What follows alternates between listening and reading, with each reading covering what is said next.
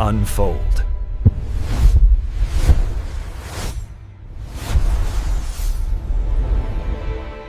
You know, for as long as we've been human, there's been one thing we could always count on, right? We die. But what if that's not true anymore?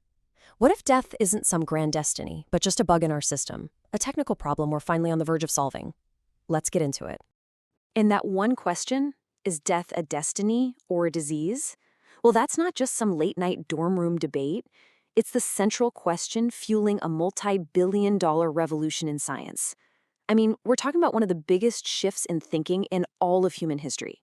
And seriously, how we answer this question is going to define everything about our future. Think about it. For thousands of years, we saw death as the great equalizer. Didn't matter if you were a king or a pauper, it got you in the end. It was this big, metaphysical certainty. But now, that whole idea is getting flipped on its head. Scientists, tech billionaires, they're looking at aging and saying, you know what? This isn't philosophy. This is a technical challenge. They see it as a medical condition, just a series of breakdowns that we can actually repair. And the goal, well, it's shifted from just dying with dignity to maybe, just maybe, not dying at all. But look, this obsession with living forever, it is definitely not new. It's ancient. And the road to immortality is frankly littered with some pretty spectacular and tragic failures. I mean, we're talking a 4,000-year track record of failure here. It starts way back with the Epic of Gilgamesh, the first story about trying to cheat death. Spoiler alert, it doesn't work. And that just sets the pattern, right? You've got China's first emperor downing mercury pills, thinking it'll make him immortal. You've got a French aristocrat, Diane de Poitiers, drinking gold to stay young. Fast forward to the 20th century, and a Russian scientist is trying blood transfusions. They all wanted the same thing, and they all met the same, pretty ironic and fatal end. And here's the kicker. Thanks to modern science, we know just how tragic these attempts were. We've analyzed the soil around Emperor Qin's tomb. It's loaded with mercury. And Diane de Poitiers, when they examined her remains, her bones had 500 times the normal level of gold. The very elixirs of life they were pinning their hopes on were actually potent poisons. They were literally killing themselves in the pursuit of not dying. Okay, so if everyone in history failed so badly, what makes us think we can do any better? What's different now? Well, for the first time ever, we basically have the instruction manual for the human body. We are finally decoding why we age, right down to the molecular level. It's not some big, unsolvable mystery anymore. And this is it, basically, the 12 hallmarks of aging. Scientists have mapped out the whole process. It's not just one thing that goes wrong, it's more like a cascade of failures.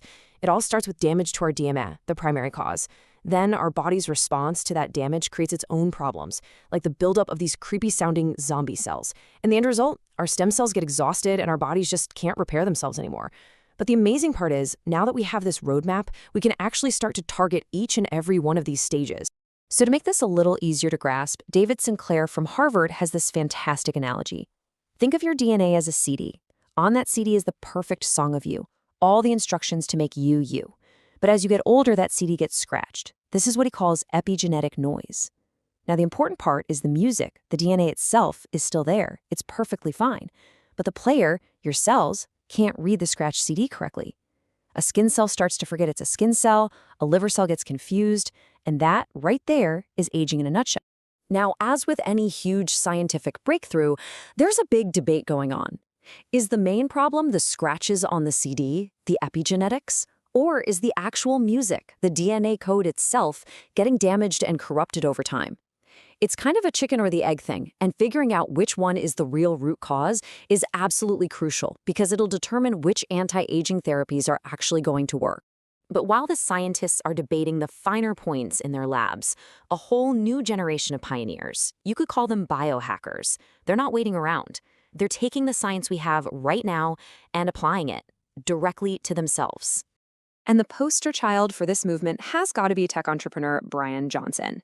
He's spending a staggering $2 million a year on his personal experiment, which he calls Project Blueprint.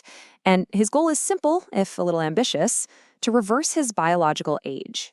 When I say his life is run by an algorithm, I am not kidding. We're talking a super strict vegan diet, about 2,250 calories a day. His last meal of the day is at 11 in the morning. He takes over 100 pills and supplements. He's got therapies for everything from his hair to his skin. He measures everything. And the goal of all this? He's trying to slow his pace of aging down so that for every 1 calendar year that passes, his body only ages 0.69 years. It's intense. So what's the philosophy behind all this? It's incredibly simple and also kind of profound. It's just, don't die. That's his motto. He sees death not as an inevitability, but as the ultimate problem to be solved, and he's using his own body as ground zero for the experiment.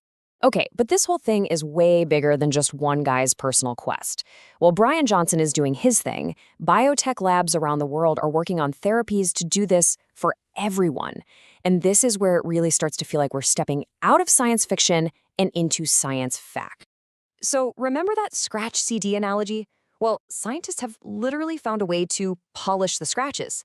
The technical term is partial epigenetic reprogramming. Basically, they can use certain factors to tell a cell, hey, go back to being young, but, and this is the critical part, without completely erasing its memory. So a skin cell doesn't turn back into a generic stem cell. It stays a skin cell. It just becomes a young, healthy skin cell again. It's incredible. And this discovery has kicked off a multi-billion-dollar biotech race. You've got these two huge players. On one side, you have Altos Labs. We're talking $3 billion in funding, backed by guys like Jeff Bezos. They're taking this slow and steady, super careful scientific approach. No human trials on the books just yet. Then on the other side, you have Life Biosciences, co-founded by David Sinclair himself. They're being much more aggressive, fast-tracking a therapy to reverse blindness with this tech, and they're aiming for human trials as early as 2026. And get this, it's already working in animals. Here's how they do it for blindness. First, you have damaged retinal cells, say from a disease like glaucoma. Then they do a single, one-time injection that delivers these rejuvenating factors right to the eye. Those factors go to work polishing the scratches on the epigenome and basically resetting those damaged cells to a youthful state. The result? They've successfully restored vision in monkeys, and that is the exact therapy that's headed for human trials. Amazing. So yeah, the science is moving at an absolutely breakneck pace. And that means we're being forced to grapple with some of the biggest, most profound ethical questions our species has ever had to face. Let's just cut right to it. Who gets to live forever? If the cure for aging is a gene therapy that costs, say, $1 million a pop, who gets it? This isn't some far-off sci-fi question anymore. This is probably going to be the central social and political debate of the next decade. Because the potential outcome here is pretty stark.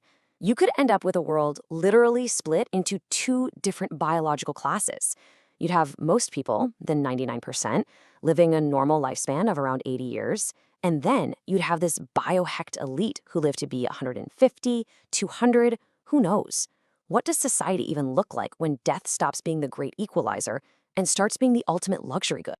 Now, the first thing everyone says is, but what about overpopulation? It seems like a no-brainer, right? But if you look at the actual data, it tells a very different story.